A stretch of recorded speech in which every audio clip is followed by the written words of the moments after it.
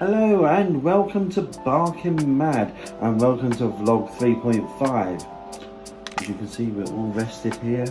Little Toto on my lap, Miss Dottie asleep next to me, or she was, I've just woken her up. Oops, daisy.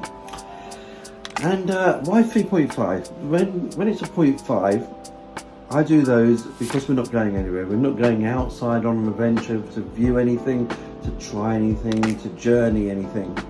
It's a sit down, a bit of an update, where we are, where it's possibly going. So it's a grab yourself a cup of tea, have a slice of cake.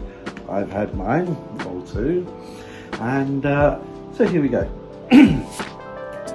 So previously, vlog number 3, I and my friend Simon went out to Aldermaston and we hired a day boat for the day, obviously, called Heyday. Lots of days in that sentence, wasn't there? And we went towards Thatcham. We did quite a lot in that journey, more than I'd actually tend to do if I was on the canals. But it was an eye-opener, and it was to get me to try a couple of locks and swing bridges, and to handle the boat, see how I got on with that as well. Excuse me. So it went all rather well. It was an eye-opener. It was a lot more physical than I expected it to be. But whilst we went in one direction, that's most probably where I would have stopped them for the day.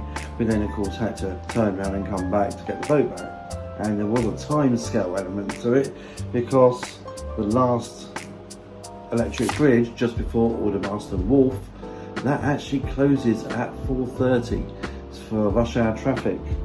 So boats can't go through after that. So we got there just after 4, I believe it was. So it was a little bit of a rush, but it was a very nice and pleasant day, despite the weather piddling down for the last hour and a half, roughly. And it was an eye-opener as well. It was an eye-opener. And after that, I felt the K&A, or a wide canal, is most probably best suited if you're in a wide beam boat. If you're in a narrow beam boat and you're going through wide canal locks, it can get bashed about a bit. There's a lot of movement possible, whereas if you're in a narrow lock, you're obviously quite restricted how much you can actually move about.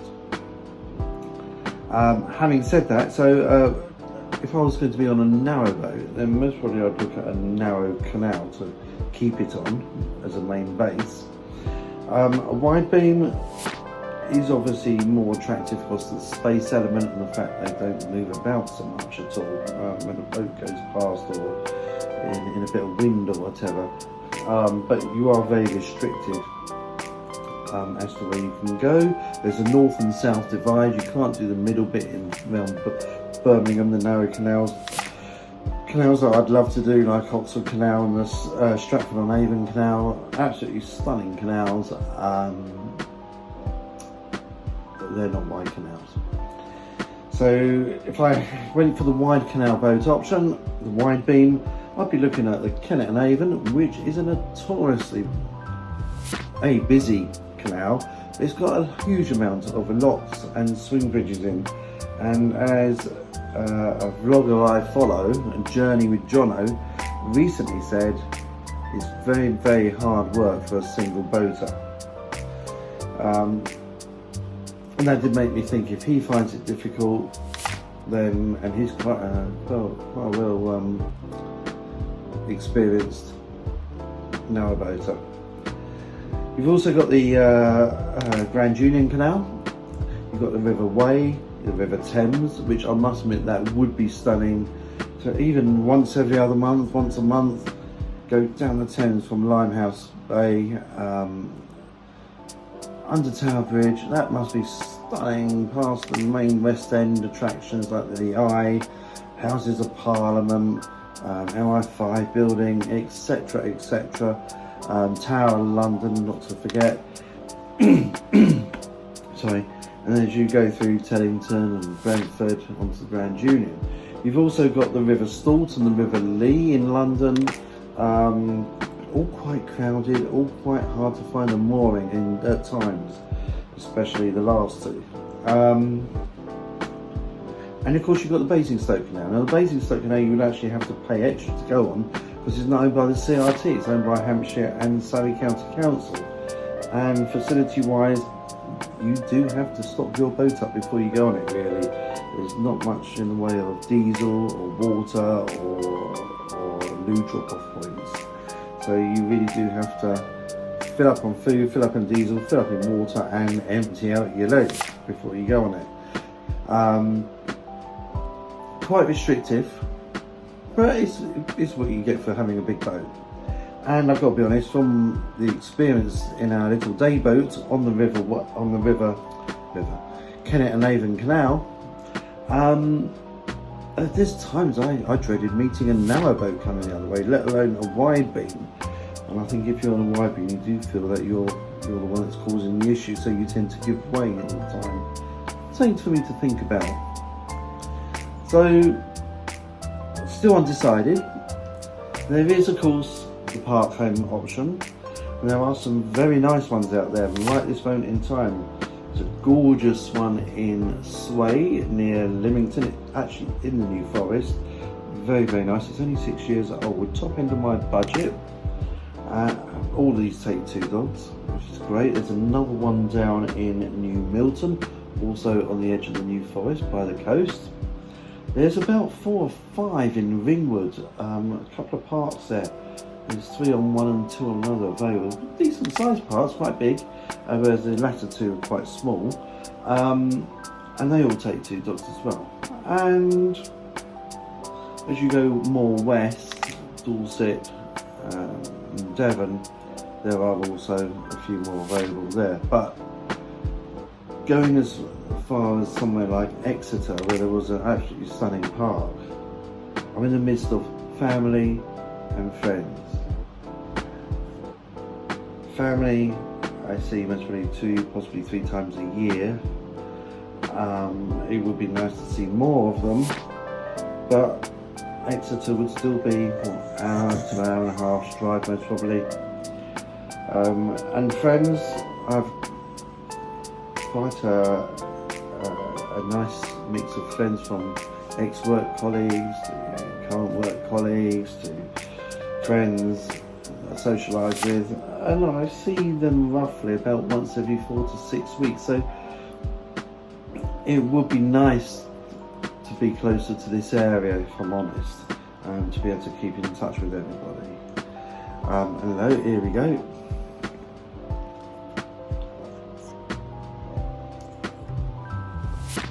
Thank you, Toto. I can guess what's going to happen. Oh, I'm still there. There we go. How long for is another matter. Oh, there we go. Bless him. He's got a bit of a bad back at the moment, so it's taking not to love and care about him. So anyway, still be seen there. Hello. So there are a couple of options. There's a couple of bungalows on the Isle of Wight. One has virtually no back garden. For some reason they put a conservatory that virtually filled the back garden. And I've got to be honest, it's 2-bedroom anyway, and I'd most really want that conservatory gone. So to me that's an additional cost, an unnecessary one most probably, to regain a bit of the back garden. It's mid-terrace. There is another one. It's behind a manor type house. The main house has been converted to flats, and out the back they built this little stretch of almost type stable type effect going across the back garden, what was the back garden, and they made it into individual terrace bungalows. And it's very nice. I think it's 1 bedroom, it might be 2, I think it's 1. And it's got a decent sized back garden. I just feel it's rather all close to each other. Dog bark might annoy people, I don't know. I might be very wrong. Certainly possibly worth going to see. The only thing with the Isle of Wight, as much as I actually absolutely really love it over there, there is the cost involved with the ferry. If I come over here to see friends, or if friends are coming over to see me, yes, it's all part of the adventure, part of the journey. It's quite fab going over on a hovercraft or a high-speed catamaran. But it also adds quite a price to it as well. I think it's about 12-15 quid return. I might be wrong, it might well have gone up. But so it adds to the journey, and most people feel compelled to pay towards that, which is me coming over. So that is something I have to think about anyway, the additional cost of the ferry. A couple of bits of good news. I had a lot of people, and I really do thank you for your opinions and thoughts. I do listen. Some people say I don't listen, I'm stubborn, but no, I do listen, and I try to empathise with what people say and think and do. And yes, I do listen, and a number of people were concerned about my health, especially on a boat, what would happen.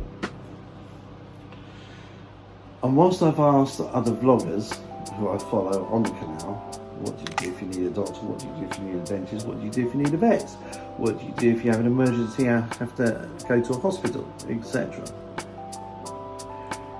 And whilst it's a little bit like asking a coach driver, what's the best way to get to Skegness or something? Every coach driver you ask, you're going to get a different direction, and theirs will always be the best way. So I had several answers, and thought I better ask the actual people themselves.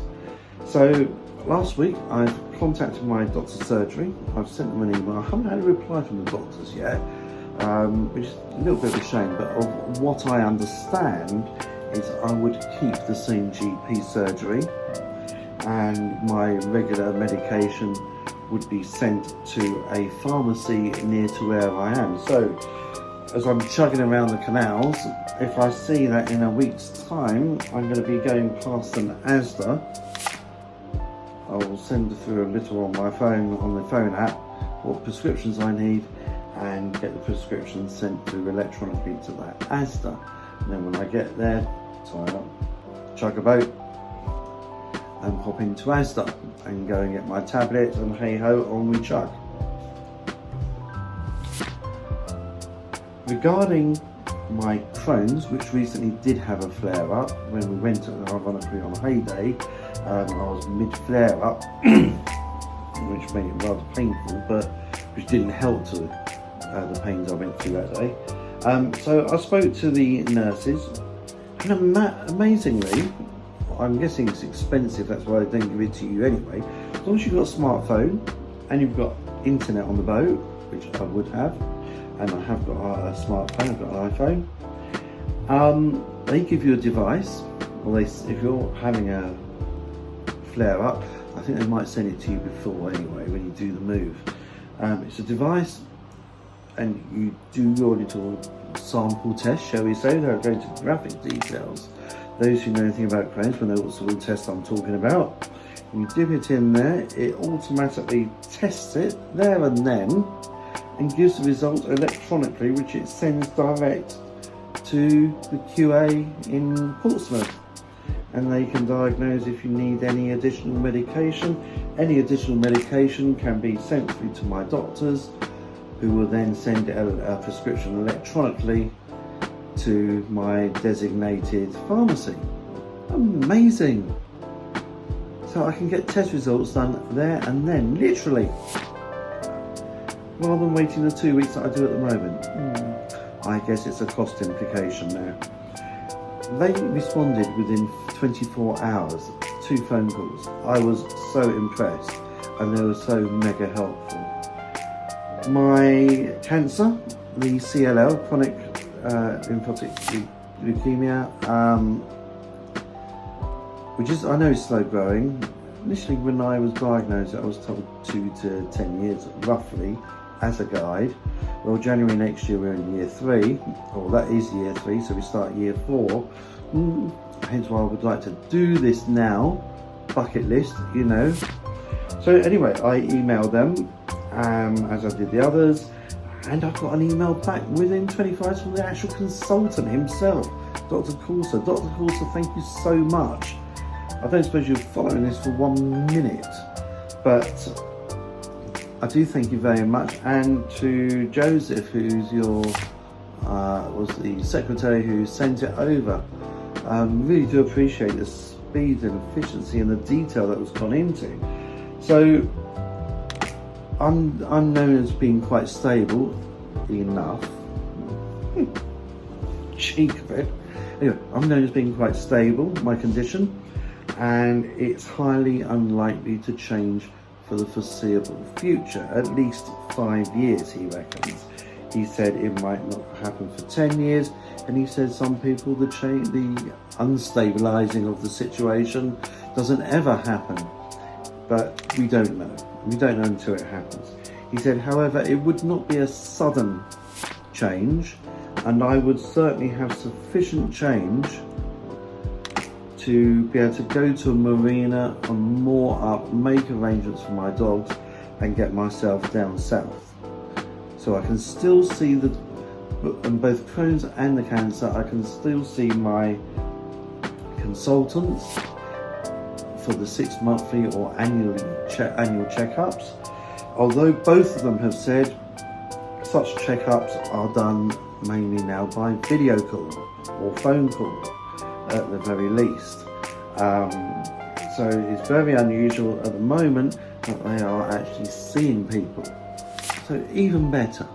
If I needed a scan, then there's possibly arrangements that can be made that I will go to a nearby hospital to where I am to have the scan or blood test done, and that can be sent back down to Portsmouth.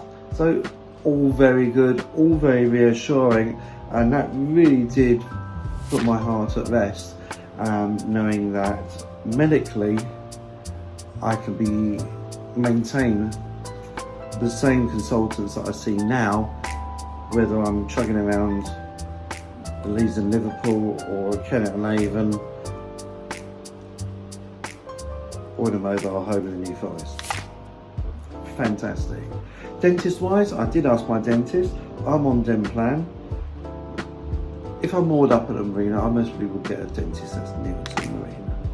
But for sake of not doing any change, I can stay registered at my dentist in Fareham, and as I'm going around the canal network in the UK, if a crown falls off or I get a bit of toothache, etc., then I can just go there under the DEM plan. Yes, I would have an emergency payment, I think it's about 75 or 100 quid. But this day and age, things don't tend to fall out, especially on DEM plan.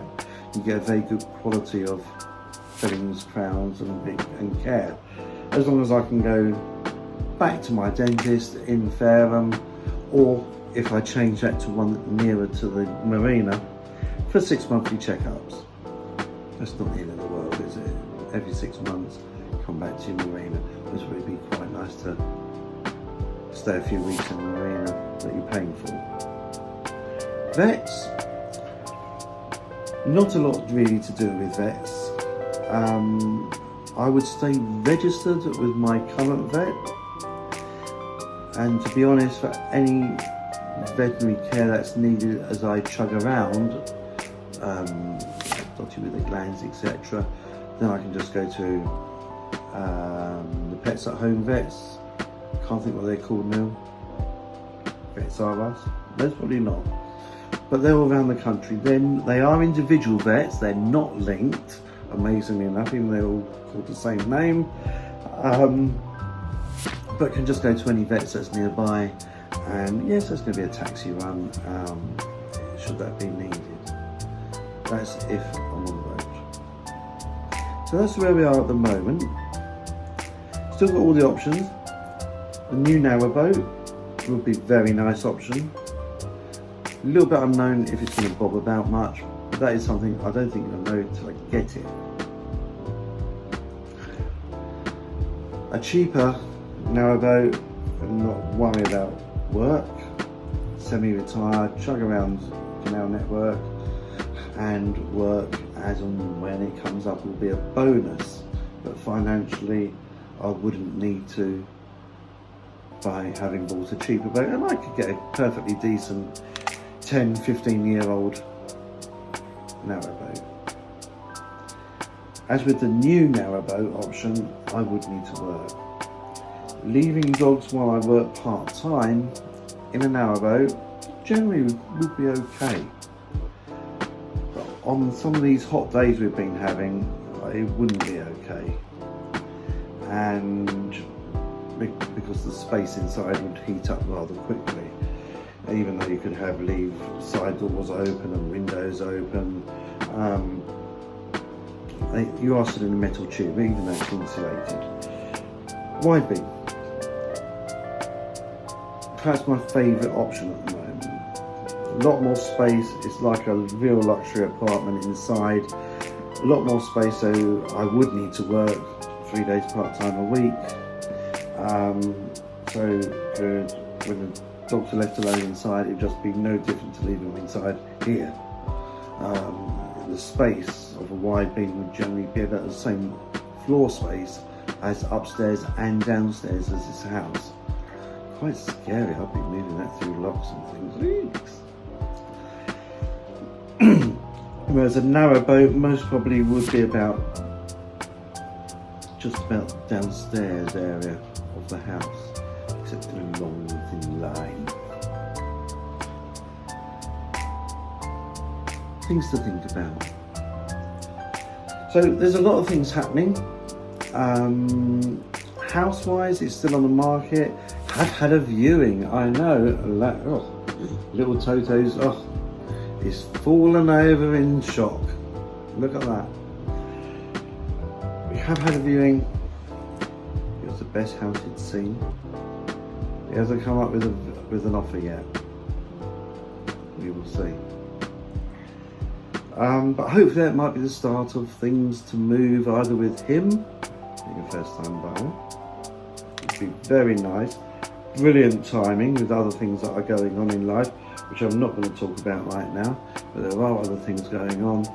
And it would be nice if it all just amalgamated at the same time and came together and sell the house, sort things out financially and move on. So that's it, that's where we are at the moment. Vlog number 4, most probably we'll be viewing something. Will it be a wide beam? Will it be a park home? Will it be both? I've got to say, I do have a short list of my park homes that I like, and those 2 bungalows, whilst not perfect, quite suitable and quite attractive, as are a number of the park homes. So there's about 6 park homes on my short list, 2 bungalows on the Isle of Wight on my short list. There are a handful of brand new narrowboats at the moment that are stock boats. That means the boat builders have made the boats surplus to requirements, and they're sat there. Usually are either attractively priced, and some are amazingly attractively priced. There are some big savings if you shop around. And there is one with a stunning nickel freestanding roll edge bath in it. Oh my god, I'm quite in love with that one. But it's a narrow boat. Wide beam, I've also always gone for what looked at ones that are what's called a cruiser stern. That means you've got a big deck area at the back. I said deck, yes, I'm not Australian, didn't say that word. Right, so big deck, thank you Toto. Big deck area at the back, ideal for socialising, ideal space for the dogs to have a little run around and a little play and bark at other people going by.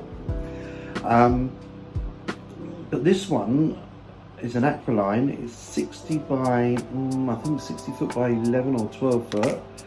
And it's got what's called a semi-trad stern. So you've got the cabin doors, and then you've got sealed in at the side, not over the roof, little area with seats either side, almost protected from the side elements, and then you've got another set of doors to the area where you steer the boat from with the tiller.